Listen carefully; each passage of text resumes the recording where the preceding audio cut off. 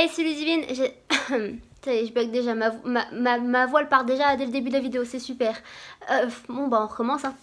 Hey, c'est Ludivine. J'espère que vous allez bien. On se retrouve aujourd'hui, comme vous avez pu le voir au titre de la vidéo, pour ma vidéo Netflix. Du coup, ce que j'ai regardé tout ce mois-ci sur Netflix. Et j'avais déjà fait cette vidéo le mois dernier. Du coup, je vous la mets juste ici sur non, c'est là le petit. Oula. Bref. Il le laissera quelque part. Du coup voilà, on se retrouve aujourd'hui pour mon bilan Netflix du mois d'avril. Mais si c'est la première fois que tu vois ma tête, hey salut. Je t'invite tout de suite à t'abonner à la chaîne en cliquant sur le bouton qui est juste en dessous ou sur l'écran, à activer la petite cloche pour être au courant des prochaines vidéos que l'on postera, et aussi à nous rejoindre sur les réseaux sociaux. Pour être honnête, j'ai pas regardé beaucoup de choses ce mois-ci sur Netflix. Voilà, il n'y a pas eu beaucoup de choses qui m'ont intéressée ou qui m'ont donné envie de regarder. Mais j'ai été plusieurs fois, 2 fois je crois au cinéma. Du coup je me suis dit que j'allais incorporer les 2 films que j'ai été voir au cinéma pour rendre un petit peu cette vidéo un peu plus complète, parce que avec une série, non 2 séries et un film je crois sur Netflix, la vidéo elle allait même pas faire 5 minutes. Du coup là, je me suis dit que j'allais rajouter les 2 films du cinéma et voilà. Du coup on va tout de suite commencer par Netflix parce que c'est quand même le but de la vidéo. Alors ce mois-ci ce que j'ai fait, bah du coup j'ai quand même continué ma série Shadowhunters, du coup la nouvelle saison de Shadowhunters. J'en ai déjà parlé dans la précédente vidéo il me semble. Du coup je continue toujours à la regarder, hein. La saison n'est pas terminée, du coup je continue et j'aime toujours autant. C'est vrai, ça commence à devenir très dark. Là j'ai pas regardé encore le dernier épisode en fait qui est sorti mardi. Voilà, du coup je l'ai pas encore regardé, mais je sais que le précédent, celui de la semaine dernière, il commençait à être vraiment très très dark et je me suis dit oula, la série elle tourne en quelque chose que je n'attendais pas en fait, tout simplement. Ensuite j'ai commencé une série qui est quand même assez spéciale, c'est You vs Wild. Et en fait c'est une série interactive où si vous décidez vous-même des étapes que vous choisissez pour c'est quoi en fait, c'est un aventurier il me semble, c'est aider du coup faire des choix pour aider Bear Grylls. Du coup c'est l'aventurier de la série, c'est lui qui va accomplir des missions, mais c'est vous qui choisissez ce que vous voulez en fait. Soit en fait vous lui faites traverser de la boue, ou soit vous lui faites grimper dans les arbres, c'est vous qui voyez, mais voilà, vous choisissez vous-même les étapes qu'il doit faire. En fait j'ai pas regardé la série en entier, ou j'ai pas joué la série en entier, je sais même pas comment dire ça, mais j'ai regardé les 2 premiers épisodes. En fait j'ai joué les 2 premiers épisodes, mais je sais pas pourquoi j'ai laissé tomber. Voilà, mais franchement j'ai quand même pas mal aimé, c'était différent, c'était plutôt cool. Mais voilà, je crois que j'ai pas eu assez de temps, j'ai manqué de temps, je me rappelle plus trop, c'est au début du mois, du coup voilà, je m'en rappelle plus vraiment. Mais voilà, c'était cool et il faudra peut-être que je m'y remette. Ensuite, comme je vous ai dit, j'ai regardé un film sur Netflix et le film c'est The Perfect Date avec Noah Centineo. Oui je sais, franchement il est partout ce mec. Avec, comment elle s'appelle, celle qui joue Veronica dans Riverdale, Camila Mendes, voilà, et Laura Marano. Et Laura Marano, si vous ne la connaissez pas en fait, c'est tout simplement celle qui jouait Ali dans Austin et Alice. C'était une série qui était programmée sur Disney Channel il y a des années de ça, que je regardais il y a des années de ça. Je ne sais même pas si, pour tout vous dire, je sais même pas si elle existe encore en ce moment, mais j'adorais cette série et je vais vous avouer que c'est plus pour elle que j'ai commencé à regarder le film que pour Noah Centineo ou Camila Mendes, parce que c'est pas les... voilà. C'est pas des acteurs qui m'attirent tant que ça en fait, et je veux pas... En fait, en prenant l'exemple de Noah Centineo, en fait, je peux comprendre l'engouement qui est autour de lui, puisque c'est un très bon acteur, il faut quand même se l'avouer, mais voilà, moi, à part ça, à part le fait qu'il joue bien, c'est pas un acteur qui m'attire, enfin, même lui, sa personne ne m'attire pas tant que ça, et voilà, c'est pas lui qui m'a donné envie de regarder ce film. Et du coup ce film c'est l'histoire de Brooks, du coup joué par Noah Centineo, qui rêve d'entrer à Yale, mais pour ça il faut beaucoup d'argent, ce qu'il n'a pas, jusqu'au jour où il surprend la conversation du mec le plus populaire du lycée, qui dit qu'il n'a pas envie d'accompagner sa cousine à son bal de promo. Et alors du coup là Brooks, il va se dévouer en échange d'argent. Et la soirée va se dérouler plutôt surprenante, puisque Celia n'est pas la petite fille riche qu'on imagine tous. Voilà, elle est plutôt garçon manqué, plutôt sarcastique et tout ça. Franchement c'est un personnage que j'ai adoré. Et au bout d'un moment elle va faire une blague, mais Brooks va prendre cette blague très au sérieux et il va se lancer dès le lendemain dans la confection de son application style de rencontre, où il va se faire passer pour un escort boy, mais plutôt soft, hein, voilà, c'est pas les escortes comme on peut l'imaginer, c'est très très soft, et en fait il va juste se dévouer pour se faire passer pour un faux petit ami pour une durée, pour un événement, pour une journée, pour une soirée, voilà, tout ça. et afin de récolter de l'argent pour aller à Yale. Je vais pas m'avancer beaucoup plus loin dans le résumé de cette histoire, vous le verrez par vous-même si vous voulez regarder le film. Mais moi ce que j'ai pensé en fait de ce film, c'est un film qui est quand même, je vais pas dire le meilleur film parce que voilà, il était pas génial, mais voilà, c'est un film super léger, parfait pour un dimanche, pas la peine de réfléchir là, vraiment il n'y a pas besoin de réfléchir. J'ai plutôt bien aimé, même si j'avoue que je me suis quand même ennuyée à certains moments, des fois je captais même pas ce que je regardais, du coup voilà, c'était plutôt...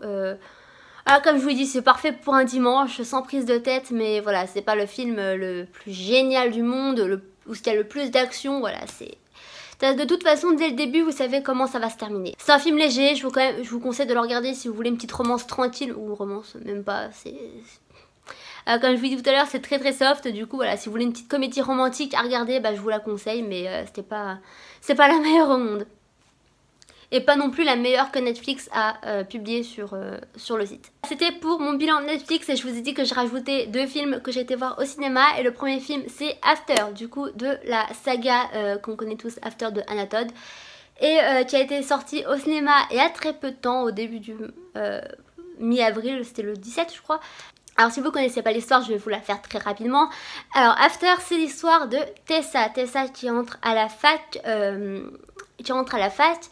qui s'éloigne de sa mère et de son petit ami, les deux qui ne sont pas très enchantés quand ils découvrent la coloc de chambre de Tessa. Elle va commencer à commencer la fac, mais sauf que sa coloc est très déjantée. Moi je l'adore, perso j'ai adoré sa coloc, mais elle va la présenter à ses amis dont Ardeen.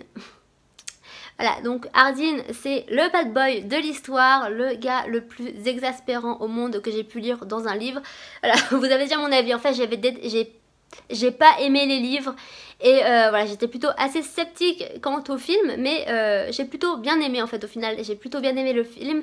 Et du coup en fait pour continuer plus rapidement, Tessa et Ardeen vont se mettre ensemble, ils vont s'engueuler, se prendre la tête, et c'est ça au fur et à mesure de toute la saga littéraire. Voilà, c'était 5 tomes que j'ai mis très très longtemps à lire. Je vous avoue, j'ai mis extrêmement longtemps à lire parce que j'ai pas aimé. Et voilà, le film, j'étais plutôt sceptique, mais comme je vous l'ai dit là il y a quelques instants, j'ai bien aimé. Alors tout d'abord, on va commencer par le casting. Le casting qui a fait polémique dès qu'il a été annoncé il y a 1 an environ. Mais moi perso, je l'ai adoré tout simplement parce que... il a changé en fait, l'auteur a changé son casting par rapport à ses livres, plus ou moins en fait. Tessa, Ardeen, ils sont plus ou moins les mêmes que dans le livre, mais elle a fait plusieurs changements qui ont fait polémique. Maintenant, du coup, il y a un couple de 2 femmes. Le personnage de London, le frère d'Ardeen, est devenu une personne de couleur dans le film, alors qu'il était blanc dans le livre. Du coup voilà, ça fait plutôt polémique, mais moi perso j'ai adoré dès le début parce que ça mettait du changement. Et voilà, c'était plus éclectique et ça donnait, enfin voilà, ça donnait du peps à l'histoire. Je trouvais que c'était plutôt cool. Et voilà, j'étais la première à défendre sur Twitter, même je me rappelle. Et je me suis dit que c'était plutôt pas mal. Ensuite, pour le film, c'est pas le meilleur film, c'est pas le film de l'année, mais il était plutôt assez cool. Dans l'ensemble, j'ai plutôt bien aimé en fait le casting, comme je l'ai dit. J'ai plutôt bien aimé les scènes qui ont été adaptées du livre et qui ont été choisies en fait, parce que pas toutes les scènes du livre ne sont pas toutes dans le film, ça c'était sûr, et c'était même impossible vu la longueur des livres. Pour moi en fait, les acteurs correspondent totalement aux personnages. C'était voilà, je trouve qu'ils collent parfaitement et il y a pas mieux en fait pour choisir pour des personnages, étant donné qu'ils doivent avoir 18-19 ans au début de l'histoire, parce qu'on entre à la fac, c'est à peu près nos âges. Du coup voilà, je trouvais qu'ils collaient parfaitement. Et même si j'ai adoré le fait que ça soit beaucoup plus rapide que les livres, j'ai trouvé qu'il y avait quand même quelques scènes en fait où on passait un petit peu du coq à l'âne. Enfin je trouvais que c'était très rapide et j'avoue que ça m'a un tout petit peu gênée. J'aurais préféré quand même un peu plus de détails, mais après c'est un film de 1h30, on peut pas faire beaucoup plus. Enfin voilà, c'est impossible de retranscrire un livre en entier, et tant mieux. Je veux pas paraître méchante, mais tant mieux pour ce livre, pour ce film en fait, que c'est pas pareil, parce que moi ça m'aurait pas arrangé du tout. Du coup voilà, si vous avez lu les livres, je vous conseille de regarder le film, et si vous n'en avez pas lu aussi, parce que je trouve que voilà, si vous n'avez pas lu, c'est plutôt un bon résumé en fait. Mais ce que je trouve quand même assez drôle, c'est le fait que les personnes qui ont aimé le livre n'ont pas aimé le film, et les personnes comme moi ou comme Julie en fait. De toute façon, parce que Julie elle a fait une vidéo où elle détaille son avis, où ce qu'elle détaille tout, du coup je vous la mets juste ici. Et ça, voilà, ça m'évitera moi de répéter. Parce que voilà, j'ai pas envie de dire les mêmes choses puisqu'on a le même avis, mais voilà, elle comme moi, on n'a pas aimé le livre et du coup on a adoré le film. Du coup voilà, c'est un peu quitte ou double, mais franchement je vous conseille quand même de le regarder. Et ensuite il y a quelques jours, je suis allée voir Avengers Endgame, du coup le dernier Avengers, et c'était une tuerie, franchement je vous jure, ce film il est mais magnifique, je l'ai adoré. Et comme je l'ai dit dans ma critique du film sur le blog, je vous la mettrai dans le lien dans la bio, j'ai marqué qu'en fait ce film frôle la perfection, du coup voilà, c'est pour dire.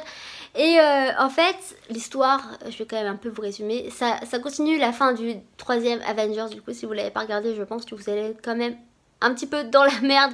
En fait je sais pas trop comment vous expliquer parce que si vous n'avez pas suivi ça va être très compliqué. Mais alors en fait Thanos, le méchant, j'aime bien comment je dis ça, le méchant du 3e Avengers a supprimé 50% de la Terre, du peuple en fait, des hommes de la Terre.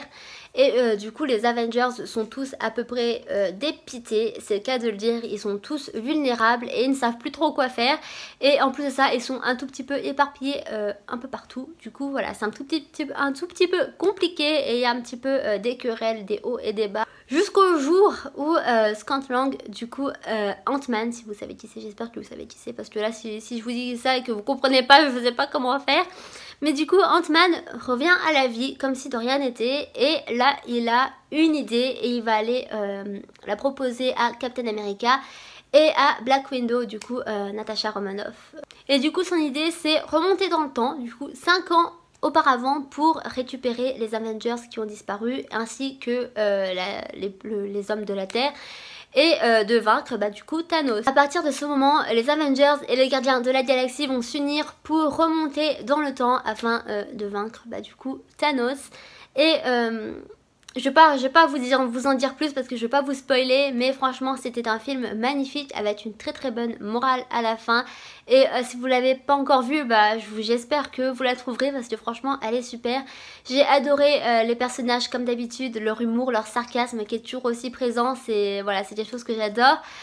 Petite mention à Thor qui a un tout petit peu changé dans ce film, voilà, c'était très comique.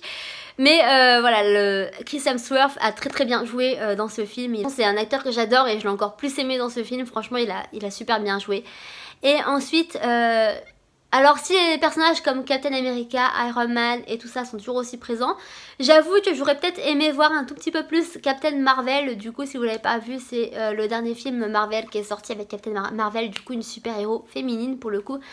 Et voilà, j'aurais peut-être à peu près aimé la voir un peu plus. Les cadres et les décors sont hyper bien tournés et magnifiques. De toute façon c'est à l'image des Marvel et je peux que vous le recommander pour clôturer ces 10 ans de films Marvel avant la nouvelle génération.